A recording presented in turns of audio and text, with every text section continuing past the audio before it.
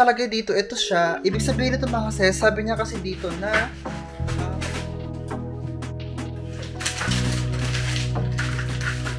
so, ito mga sis, this is our holiday ham, it's our restock.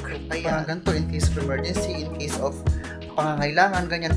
Meron tayong mga stock dito ng mga food. We have a lot of stocks of food in case of something happen. Oh my God. Siyempre mga sis, gusto ko lang i-flex sa inyo yung aking study ng accounting and finance. Ito siya. So, ito siya mga sis. For example, sabi dito, Basis Kenny's book holding. O, ito yung basic knowledge in bookkeeping. Ayan. So, ano nga ba yung ating mga pa-restock ngayon? Ito na siya. Ang ating frozen saba, of course. Meron tayo ditong mga coconut water. Siyempre, yung ating mga century tuna nandyan. At yung, so, for today's video mga sis, dito tayo sa bahay. Gagawa ako ng mga dapat magawa dito. So, maglo-laundry ako kasi marami na naman tayong mga laundry kemerut. Tapos, kagabi mga sis, ay nag-pick up kami ng ating stocks na holiday ham kasi ang dami tayong pre-orders. So, ito mga sis, ipakita ko sa inyo yung ating mga holiday ham at mga ibang restock natin. Nakakaloka mga sis, nakalimutan ko yung appointment ko. Next week pala yun. Akala ko naman ngayon. So, syempre, nandun na ako, nag-early out na din ako sa aking work ngayon. Pero tinapos ko lahat ng mga dapat gawin. Ayan, pagpunta ko sa dentist, tapos na, Diyos ko Lord. Next week pa pala yung aking appointment. Akala ko talaga ngayon. So, ngayon pala, yung appointment ko ay deliveries. May paparating tayo mga delivery store, mga sis. Ayan, nakakaloka naman. So, ito mga sis, this is our holiday ham. It's our restock. Ayan.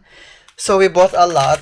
So, madami tayong binili mga sis na stocks natin. Kasi lahat ito ay pre-order mga sis. At mag-send tayo ng ating mga pre-orders sa Monday kasi close tayo pag weekend.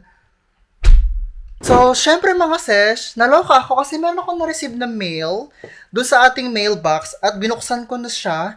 So, ito yun no. Nakalagay dito, ito siya. Ibig sabihin nito mga sis, sabi niya kasi dito na, pakita ko sa inyo mabuti mga sis. So, ito mga sis, yung aking mail na na-receive. So, lahat ng mga nakatira sa Netherlands, meron nito. Ano bang ibig sabihin nito? So, of course mga sis, it's like a preparation in case of emergency here in the Netherlands. So, it's like preparing you in case of emergency. So, oh my God, I feel like a bit scared. Sure.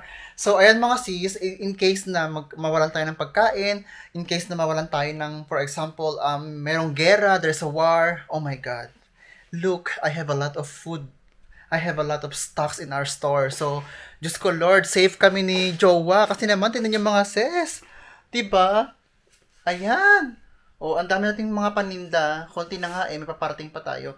Diyos ko mga seswang. So, sabi ko nga, gusto ko talagang mag-focus na sa soap kasi ang daming order mga sis. Pero, napapaisip ako na, oh sige, dito na lang muna tong store. Kasi, di ba, ito, parang ganito in case of emergency, in case of pangangailangan, ganyan. Meron tayong mga stock dito ng mga food. We have a lot of stocks of food in case of something happen. Oh my God. So, ayan mga sis, stay put lang yan ang ating store. May bumili o wala deadma. Total naman, marami tayong bumibili mga sis na ating mga customers, regular yan. We have a lot of customers buying in our web shop. So, for me, let's say for example, whether I don't have sale or I have sale, it doesn't really matter because, of course, it's a business. It matters. But when it comes to like this in case of emergency, mga seswang ay, Diyos ko Lord, it's a lot better kasi meron tayong pagkain ng mga ilang buwan. Diyos ko, siguro mga 1 or 2 years na tayo may lafang kasi ang dami natin paninda, o diba? Can you imagine guys, Netherlands is a very very good country. Imagine, they have to, in case of upcoming danger, they are preparing the people for this. Piniprepare talaga nila yung mga tao, mga seswang na maghanda, ganyan, may mga babala. So, kumbaga parang well-prepared yung mga tao, hindi katulad sa Pilipinas, just for example lang mga seswang ha, so walang magagalit, na kapag may in case of emergency, very late yung warning, or kung may warning man, hindi naman sapat yung facility para i-accommodate lahat ng mga tao. Example, may typhoon, di ba? So, pag may typhoon, may balita, may pa-warning, ganon. Pero actually, napaka-less naman yung tulong na naibibigay sa mga tao, even before, especially after the typhoon. Parang ganon. So, mga influencer pa yung mga nabibigay ng tulong, pero sa government nangagaling, halos wala, di ba? So, halos mag-shoutout na yung mga tao, mag-request na yung mga tao sa tulong from government, mag-ask ba sila, magtanong ng tulong, manghingi ng tulong, ganun. Sa Netherlands, mga sis, Diyos ko Lord, hindi pa nangyayari, ay andyan na, naka-prepared na. O, diba, ang taray. Siyempre mga sis, gusto ko lang i-flex sa inyo yung aking study ng Accounting and Finance. Ito siya. So, nakuha ko tong isa. Ito nga pala, ay nakuha kong for free yung aking study. Kasi, nakapag-purchase ako ng isa dahil parang 95 years anniversary yata nung university. Online study. So, nabigyan ako ng isang free course na gusto ko. Ayan. So, ito guys ay Diploma in bookkeeping and accountancy ito. Ito naman, international business management. Actually, itong course na to, lahat ito ay accounting and finance. So, ayan mga sis, ipakita ko sa inyo yung aking study, yung ating home study sa pag-accounting and finance. Yan. So, ito siya mga sis.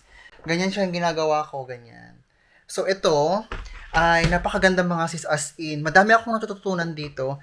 Kasi actually, noon pa man, gusto ko talaga ng accounting and finance. Pero hindi lang ako nagkaroon ng chance na mag-aral kasi nga mga sis, wala akong pera noon. At pinapaaral lang ako noon. Siyempre, HRM ang bet. So, yun nating susundin. Pero siyempre, bet ko din. Pero actually, ito talaga yung pinakagusto ko.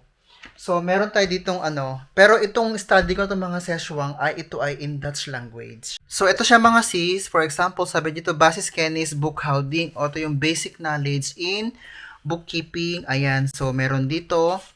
Pinag-aral natin yung basis begrijpen and inventories and balance. Ganon. So, mga inventory, mga balance sheet, ganyan. Tapos, ito yung ating study. Tapos, ito na yung examples niya sa pag-accounting, ganun. So, tinuturuan ka talaga kung paano gumawa ng bongga. So, alam nyo guys, kahit online study siya, napakaganda ng quality kasi tuturuan ka talaga ng bonggang-bongga dito. So, nakuha ko na yung first score ko. Meron akong 8.5 out of 10. Yun yung aking score mga sis. Kasi after mo siyang aralin, mayroon kang exam at the end of the lesson. Tapos, yun na yung score mo. So, kapag nakakuha ka ng mataas na score at the end of your study, ayan, meron kang diploma na makukuha. At yung diploma na ito mga sis, recognized siya sa Netherlands. So, kahit saang school, pwede mo siyang gamitin dahil accredited siya ng Ministry of Education. O, diba? Ganito yung inaaral natin. So, ganyan siya. About numbers, about business, ganyan. Di ba, ang taray? So, ito kasi mga sis, yung ating prerequisite para makapag-enroll tayo sa university dito sa Netherlands. So, natapos ko na mga sis yung aking initial accounting and finance course, yung basic accounting. So, kinuha ko siya online din sa university ng The Controller Academy sa New York. So, online siya mga sis. At nakuha ko na nga ang ating diploma. So, ito mga sis, yung aking diploma sa Controller Academy ng ating basic accounting. At tapos mga sis, ay nag-enroll ako sa International Business Management Institute sa Berlin. Online din siya. At nakuha ko na nga ang ating mga diploma. So, ayan mga sis, ang ating mga kadiplomahan, mga certificate. Pero hindi ko pa tapos to mga sis. May 2 lesson pa ako para makuha ko yung International Business Management na course dito sa Institute ng Berlin, Germany. So, counted din yan mga sis sa ating pag-university soon. At syempre mga sis, ngayon naman, itong inaaral kong Accounting and Finance dito sa Dutch Institute ng Netherlands. So, ayan, hindi ko pa tapos. So, tatlong curriculum ito. Parang ganon. So, tatapusin ko lahat to. So, kailangan ko siyang tapusin ng, let's say, in total, 2 years. Kasi yung isa, 1 year. Tapos yung isa, 6 months, 6 months. So, kumbaga parang, in total, ay 2 years ko siyang aaralin, self-study. Pero syempre guys, kung madami kang oras, kung madalas kang mag-aral, depende kung tapos mo na, edi mag-exam ka na para makuha mo na yung diploma mo. And then, lahat ng diploma na yun mga sis, ay mga gamit mo sa university at pwede ka na mag-enroll as a regular student sa university ng course na gusto mo. So, ang gusto ko kasi mga sis ay Accounting and Finance. Tapos, ipakita ko lang itong mga certificate, i-assess. Tapos, ayun na siya mga sis. Counted na siya. Kasi naman, yung aking college diploma sa Pilipinas, 2 years lang yung katumbas niya mga sis dito sa Netherlands. Ayun.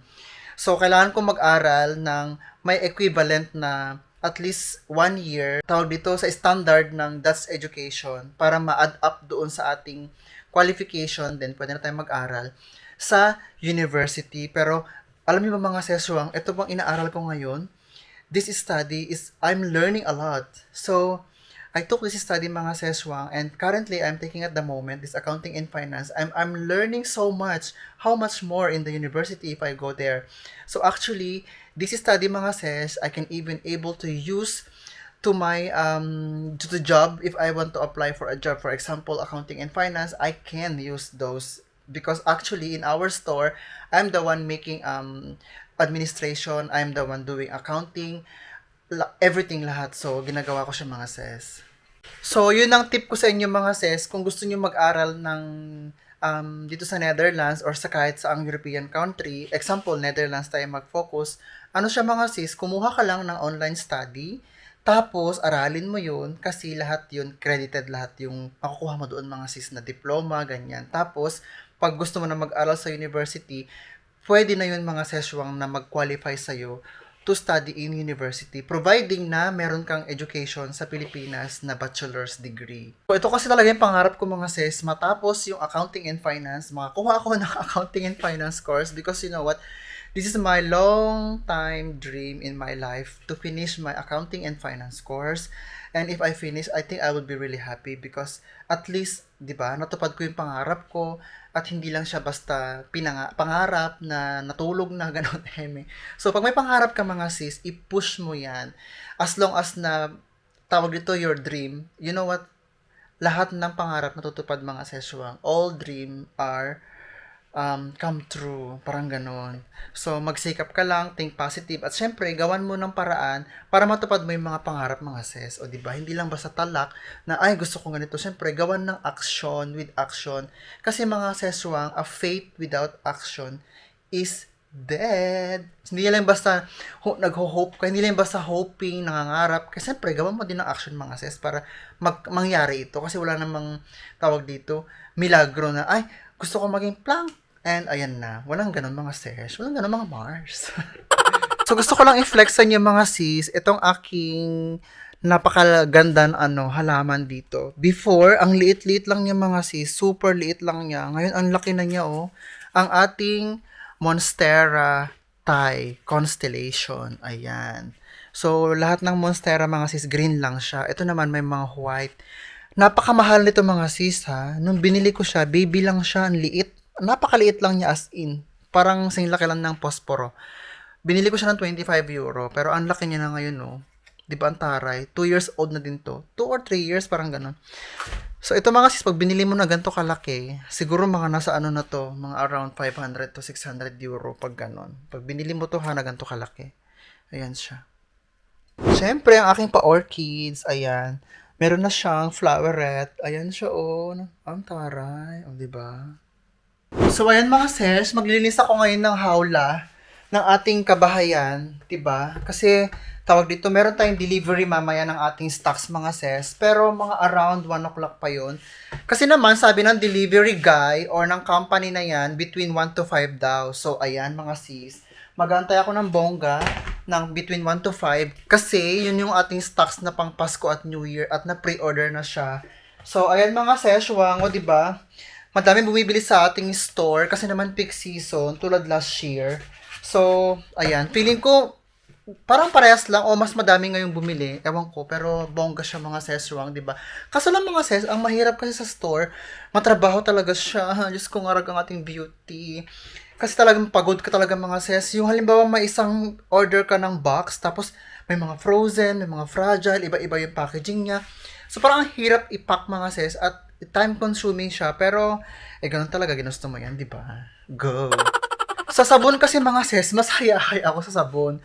Kasi sa soap, pag nagawa ko na siya, waiting na ako ng 6 weeks. Tapos after 6 weeks or 5 to 6 weeks, mga ganun, mag-start na ako mag-pack, mag-start na ako mag-ship, tapos gagawa na naman ako. Napaka-chill. So, syempre, lalaban tayo sa store at lalo na, Diyos ko Lord, may pa-alert ang government in case of emergency. Baka magkaroon ng war, wag naman sana. So, Diyos ko Lord, at least may pagkain tayo mga ses, o diba? Meron tayong stocks dito at safe tayo in case ano man ang mangyari sa Netherlands. So, syempre mga sis, another time, flex na naman natin ang ating Festlock. Ayan o. Ang tari talaga, di ba?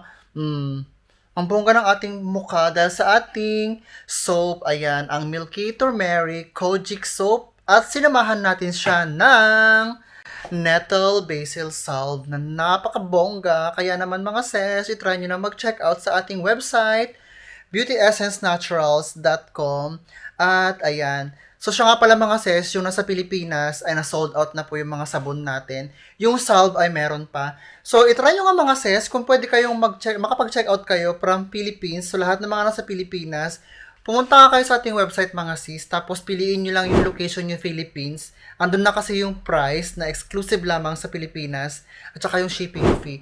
So ayan mga sis, i-check out nyo na mga sis ang ating mga salves ko at nagkakaubusan ng ating stocks. Kasi naman, gagawa ulit ako ng ating sabon at mga salve dahil ito na yung ating, ipakita ko sa inyo mga sis, ito na yung aking nabiling stocks ulit para sa paggawa ng ating sabon. Ayan, di ba? Ang dami. So, gagawa tayo ng madaming sabon mga sis at mga salve. So, ayan siya kasi maraming nagkakagusto at maraming umu-order mga sis sa ating mga resellers. Ayan. So, actually, meron pa ako dito. Ito yung aking sabon pa dito mga sis. Pero ito kasi, may nagmamay-ari na to. Ayan siya. So, ano nga ba yung ating mga pa-restock ngayon? Ito na siya. Ang ating frozen saba, of course. Meron tayo ditong mga pa-coconut water. Siyempre, yung ating mga century tuna nandyan at yung ating mga bangus. Ayan, yung ating bangus, di ba? Ang dami. Ilang box din tong binili ko.